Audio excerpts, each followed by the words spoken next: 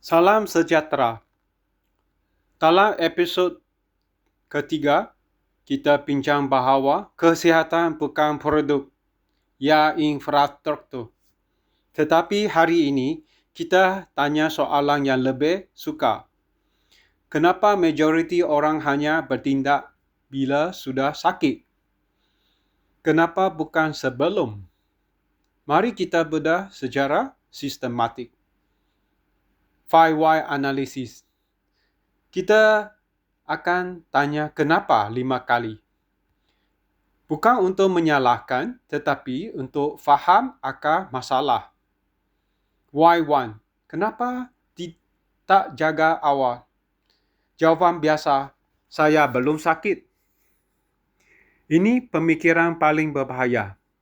Kerana penyakit kronik bukan peristiwa, ia proses. Tekanan darah tidak naik semalaman. Gula tidak rosakkan organ dalam seminggu. Masalahnya, kita hanya bertindak bila ada simptom. Kita tidak faham bahawa simptom adalah fasa akhir. Why 2? Kenapa tak percaya pencegahan? Kerana pencegahan tidak dramatik. Rawatan adalah cerita. Masuk hospital adalah drama. Ubat ada kesan cepat. Pencegahan, tiada cerita, tiada drama, tiada wow. Otak manusia tertarik kepada sesuatu yang jelas dan segera. Pencegahan bekerja dalam senyap. Dan kita salah tafsir senyap sebagai tidak penting.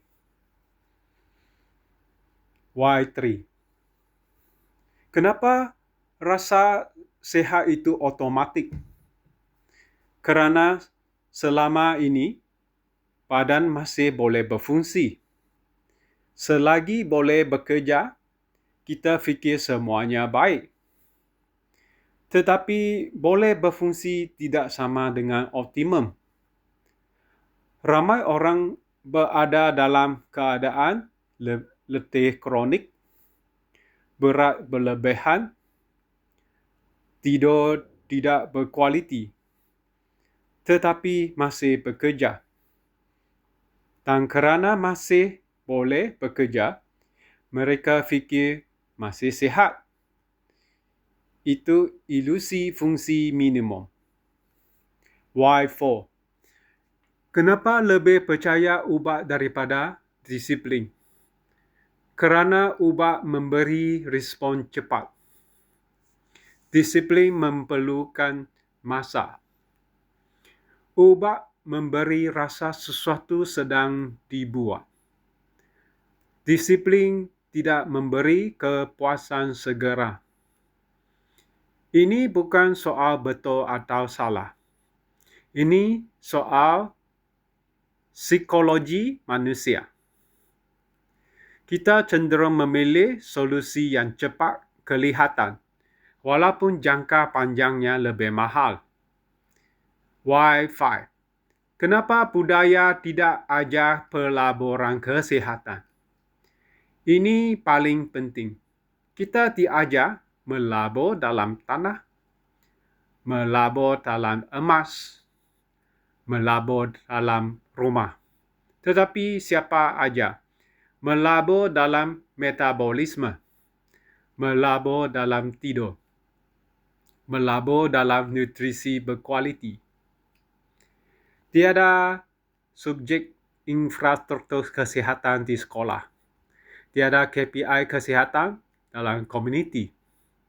Apa yang tidak diajar tidak akan diprioritikan. Akar masalah. Jika kita ringkaskan 5 why tadi, pertama, kita tunggu simptom. Kedua, kita tidak nampak nilai pencegahan. Kita salah taksir fungsi minimum sebagai sihat. Kita pilih penyelesaian cepat. Kelima, budaya tidak membentuk kesedaran pelaburan kesihatan. Perasan sesuatu. Semua ini bukan isu wang. Ini isu cara berfikir. Infrastruktur pemikiran. Selagi struktur pemikiran kita adalah sakit dulu, baru bertindak, maka sistem kesihatan kita akan sentiasa reaktif.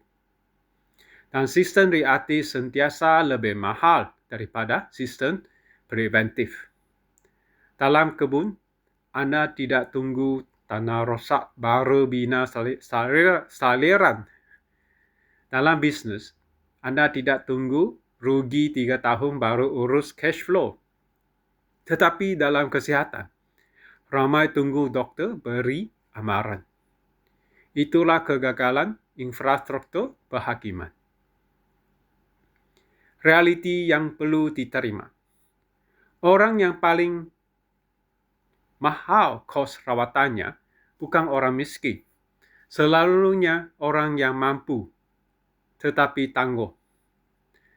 Kerana kemampuan memberi rasa selamat palsu, sedangkan masa tidak boleh dibeli semula. Kesimpulan. Mari kita simpulkan dengan jelas. Masalah bukan wang. Masalah bukan aset. Masalah adalah struktur pemikiran. Selagi kita fikir, saya sihat selagi belum sakit, maka kita sedang membina risiko senyap. Kesihatan bukan sesuatu yang dipulihkan selepas rosak. Ia sesuatu yang dilindungi sebelum rosak. Dan perlindungan memerlukan kesedaran, struktur, disiplin kecil, jangka masa panjang. Jumpa anda dalam episod kelima. Wang boleh beli rawatan, bukan masa. Salam sejahtera.